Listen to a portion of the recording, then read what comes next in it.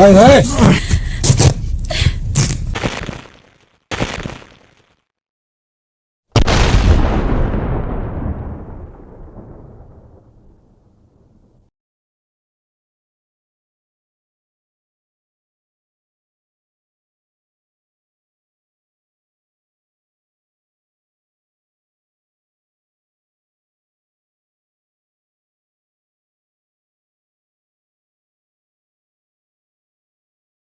Gadis cantik nan lucu ini bernama Gununmin. Dia adalah remaja yang berusia sangat muda, yaitu 14 tahun. Suatu hari dia sedang bermain layaknya remaja perempuan seusianya, dan saat sedang bermain Jungmin melihat temannya yang sedang membawa jimat dari orang tuanya. Karena pada masa itu, orang-orang di sana sangat mempercayai hal-hal unik dan anak-anak selalu diberi pegangan dengan berupa jimat oleh orang tuanya untuk keselamatan. Sedangkan Jungmin membawa permen yang pada zaman itu terbilang jajanan yang cukup langka. Kemudian Jungmin menantang temannya untuk taruhan. Singkat cerita, Jungmin menang taruhan dan berhasil pula mendapatkan jimat itu. Sedangkan temannya yang kalah taruhan nangis terus sepanjang jalan karena gak rela jimatnya jatuh ke tangan Jungmin. Namun tak lama setelah itu Jungmin melihat tentara Jepang sekompi lewat di jalan tak jauh dari tempatnya bermain. Saat mau pulang, Jungmin bertemu dengan bapaknya yang sekilas seperti pulang dari perantauan. Ia yang seperti kita semua tahu, namanya seorang ayah pasti semua sayang kepada anaknya. Terlihat di sini Jungmin yang manja kepada ayahnya, meminta digendong untuk menikmati pemandangan persawahan. 아라리가 났네. 날 좀 보소. Setibanya di rumah, Jungmin disabetin sama emaknya, karena emaknya tahu kalau Jungmin membawa jimat milik temannya. Jungmin dididik untuk tidak boleh mengambil barang orang lain, apapun itu alasannya. Jungmin yang nangis karena dihukum emaknya, kemudian menghampiri ayahnya untuk mencari perlindungan. Malamnya, orang tua Jungmin membicarakan tentara Jepang yang baru saja tiba di desa mereka. Orang tuanya khawatir karena tentara Jepang suka menculik gadis-gadis di desanya. Para gadis yang masih belia diculik dan tak pernah kembali lagi, karena akan dijadikan wanita penghibur di rumah bordil tentara Jepang. Di sini bapaknya juga menambahkan, yaitu melarang emaknya Jungmin untuk tak terlalu keras terhadap Jungmin. Namun di balik wali sikapnya emaknya yang tegas terhadap Jungmin, sejatinya emaknya sangat menyayangi Yunmin. Yunmin dididik keras oleh emaknya karena sang emak ingin Jungmin kelak dewasa nanti menjadi pribadi yang baik dan dapat menikah dengan pria yang baik pula. Keesokan harinya, terlihat rumah Jungmin kedatangan sekelompok tentara. Tentara itu menanyakan keberadaan Yunmin. Yunmin yang sepulang bermain diberi kode oleh emaknya untuk segera pergi, tapi di sini Jungmin malah menghampirinya. Wajar saja, dia masih anak-anak yang polos dan sama sekali gak tahu apa-apa. Di dalam rumah, Yunmin juga sempat diberi jimat keselamatan oleh maknya, karena maknya tak punya pilihan lain, dan akhirnya Jungmin dibawa paksa sama tentara Jepang itu dengan dalih Yunmin akan diberi pendidikan dan kehidupan yang layak oleh pemerintahan Jepang. Sontak hal tersebut memicu terjadinya penolakan dari orang tua Jungmin. Namun semarah apapun perjuangan orang tua Jungmin, mereka tetap tak bisa menahan tentara bengis itu agar gau tak membawa Jungmin Orang tua Jungmin yang tahu akan kebiadaban tentara Jepang langsung menangis sejadi-jadinya karena kehilangan anak satu-satunya yang mereka sayangi.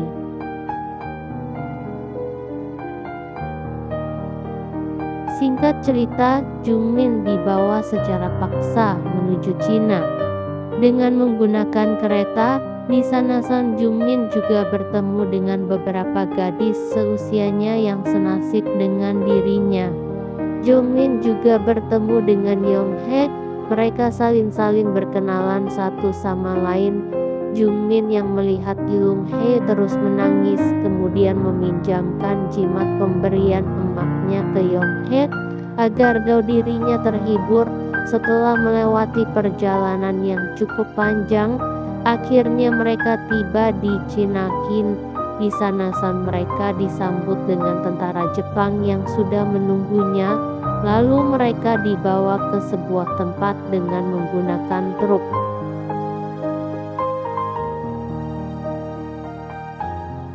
Sesampainya di sana mereka ditanyai mengenai umurnya masing-masing. Namun rata-rata usia mereka 15 tahun, dan saat Jungmin ditanya, dia pun menjawab bahwa umurnya masih 14 tahun. Mendengar akan hal itu, Jungmin kemudian dibawa dokter untuk diperiksa apem abadinya, apakah penyakitan atau tidak.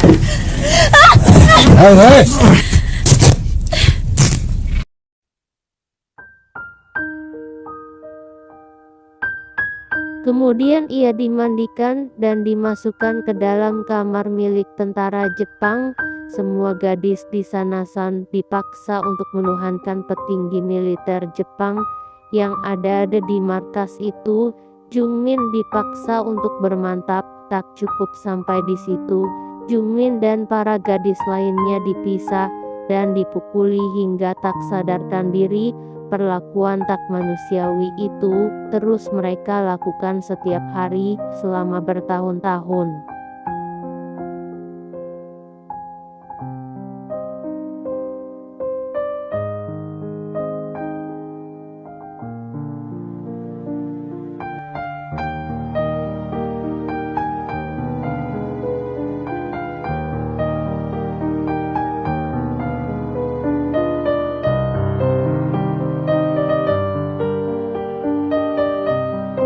Di suatu hari, tentara Jepang terlihat sedang membuat parit untuk pertahanan.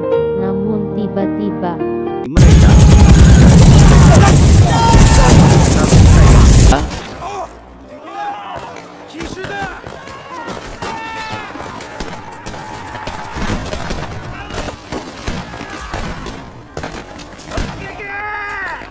mereka diserang oleh para pejuang Korea Selatan. Namun karena pihak Jepang terlalu banyak, akhirnya para pejuang Korea itu kalah dan berhasil dipukul mundur.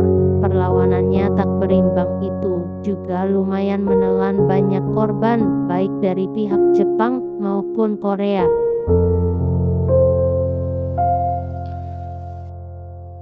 Sementara itu Yoon Min terlihat tidur di sebuah ranjang. Kemudian masuklah tentara yang bertampang lugu. Ia bernama Tanaka. Berbeda dengan tentara lain, Tanaka ini masih mempunyai nurani. Ia memilih untuk tak menyentuh Yoon Min karena ia teringat oleh adik perempuannya yang seumuran dengan Yoon Min. Sebenarnya jauh dari lubuk hati Tanaka, ia ingin menyelamatkan Jungmin, tapi apa daya, ia juga takut jikalau dirinya nanti dianggap sebagai pengkhianat. Setelah itu, Tanaka menyuruh Yoon Min untuk beristirahat.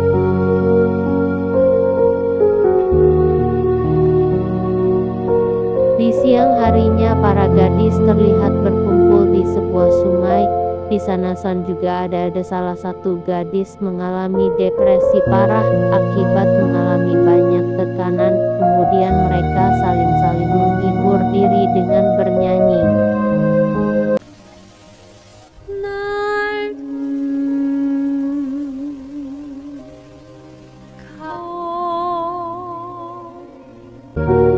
Ia tak hanya dibuat ladang cocok tanam saja.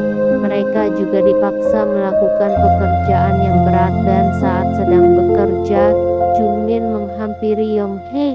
Jungmin berencana mengajak Yonghae kabur karena sudah muak atas perlakuan tentara Jepang.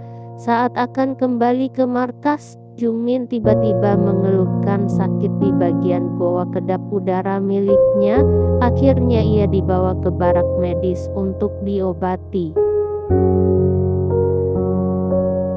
Setelah ia terbangun, secara tak sengaja Jungmin melihat mayat di samping ranjang tepatnya ia tidur. Mayat itu dipenuhi luka pada wajahnya. Melihat itu Jungmin hanya bisa menangis sekencang-kencangnya. Beberapa hari setelah keadaannya sudah pulih, Jungmin bertemu dengan Tanaka. Tentara itu memberikan peta bergambarkan lokasi sekitar markas. Di sana San Tanaka berniat membantu Jungmin untuk melarikan diri. Ia juga berpesan agar Gao Jungmin lebih berhati-hati karena Jepang mempunyai mata-mata yang sangat banyak. Malamnya Gun Min Zulunghi dan para teman lainnya bersiap untuk kabur. Tak lama setelah itu, para penjaga menyadari bahwa ada tawanannya yang melarikan diri. Setelah kamarnya dicek satu persatu, luput alarm juga ikut dibunyikan. Dan saat mereka sudah sampai di tengah perjalanan, Jungmin baru menyadari jikalau salah satu temannya ada yang tertinggal. Mereka pun memutuskan untuk kembali mencari keberadaan temannya itu. Tak lama kemudian, Jungmin dan Yonghae melihat temannya yang sudah tertangkap dan disiksa, dan karena merasa kasihan pada temannya, akhirnya Jongmin dan Yonghae memilih untuk kembali, sementara teman-teman yang lainnya memilih untuk melanjutkan pelariannya.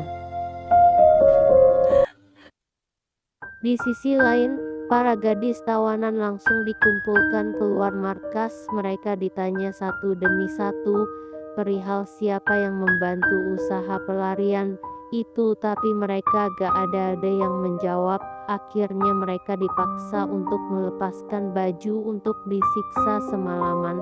Sedangkan gadis yang tertangkap tadi dikurung dan gak kasih minum selama seharian. Besoknya, para gadis yang sakit-sakitan ini diangkut pakai truk untuk dibawa pergi ke suatu tempat. Mereka disortir karena sudah tidak bisa lagi melayani para tentara Horde itu. Setibanya di hutan, mereka dipaksa untuk turun mobil dan digiring. Awalnya mereka mengira dibawa untuk mendapatkan perawatan, tapi rupanya mereka dibawa ke tanah lapang untuk dieksekusi tanpa rasa belas kasihan. Para tentara itu langsung menembaknya satu demi satu. Sedangkan Tanaka juga dipaksa untuk mengeksekusi para gadis itu. Di sini Tanaka tak kuasa menahan air matanya. Jangankan untuk membunuh, hanya sekedar menodongkan senjata ke arah para gadis itu ia merasa tak sanggup. Akhirnya Tanaka memilih untuk tak menembak, sehingga Tanaka langsung ditembak mati oleh komandannya yang biadab itu karena dianggap membangkang perintah. Setelah itu, jenazah mereka langsung dibakar saat itu juga. Setelah beberapa waktu berlalu, Jepang dibom mata-mata oleh Amerika dan sekutunya, tepatnya di kota Hiroshima dan Nagasaki. Kejadian itu membuat Jepang menyerah tanpa syarat. Hal itu juga membuat pertahanan Jepang yang berada di Chinalhin semakin melemah. Tentunya momen itu memaksa tentara Jepang yang berada di luar harus pulang ke negaranya kembali. Dan setelah itu, para gadis ini dibawa ke tanah lapang untuk dieksekusi. Jepang berniat menghilangkan saksi hidup dengan menghabisi mereka semua, agar kejahatan perang yang mereka lakukan tak diketahui. Melihat Yonghae yang ketakutan, Jungmin akhirnya memberikan jimat yang diberikan ibunya dulu. Namun tiba-tiba, Udah.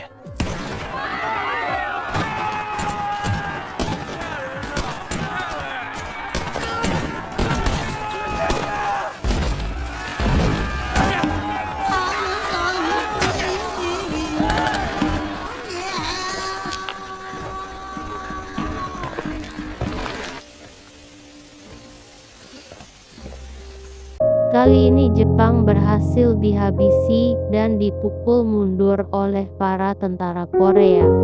Jununhi juga berhasil melarikan diri. Tiba-tiba muncul tentara Jepang di balik-balik semak-semak untuk menghabisi mereka. Namun lagi-lagi Yun masih bisa diselamatkan oleh tentara Korea. Mereka pun langsung dibawa pergi dari sana. Tapi ketika akan pergi, tentara Jepang itu ternyata masih hidup dan menodongkan pistol ke arah Yonghae.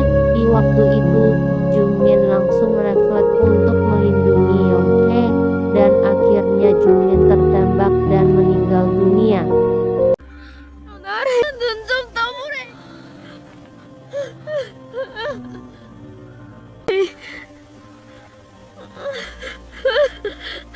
Geumhye yang memangku Jungmin terus menangis sejadi-jadinya ketika kehilangan sahabatnya yang selama ini melindunginya, harus pergi untuk selama-lamanya.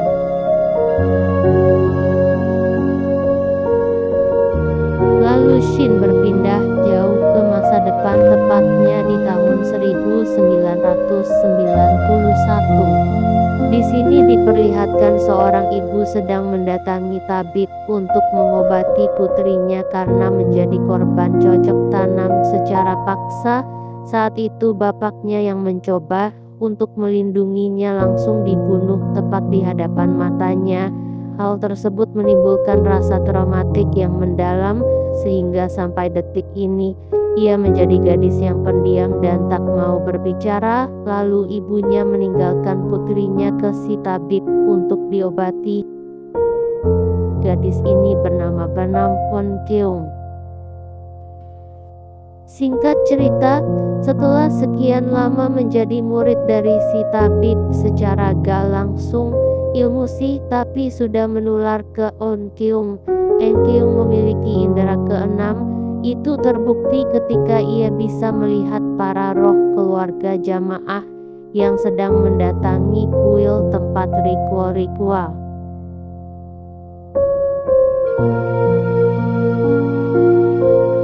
Di esok harinya, ibu tabib dan Eun Keung pergi ke rumah temannya, yang ternyata itu adalah wujud tuanya Yonghae. Temannya Yumin, Yonghae tua kini menjadi tukang pembuat jimat, namun Kim langsung pingsan ketika memegang salah satu jimat tersebut.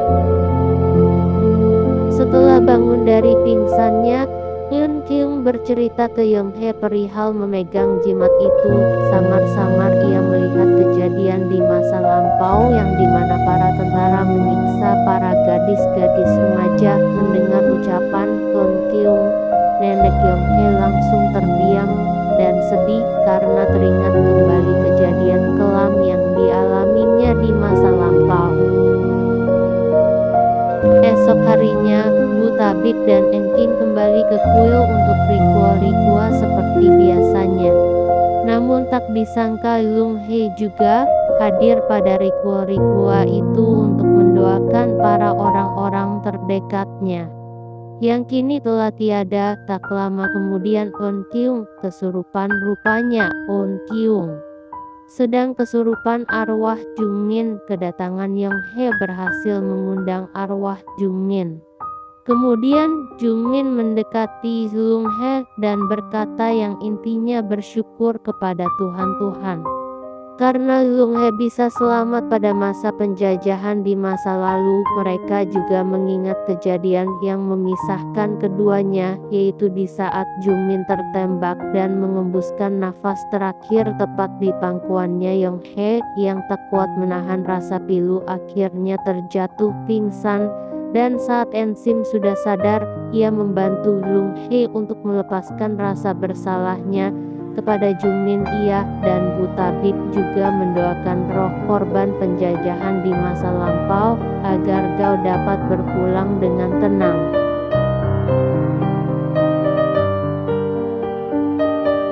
Di akhir film diperlihatkan Jungmin yang kembali ke rumah untuk berkumpul dengan keluarganya. Mereka sangat bahagia dan seolah-olah tidak ada kejadian kelam yang menimpa kehidupan mereka, dan film pun berakhir.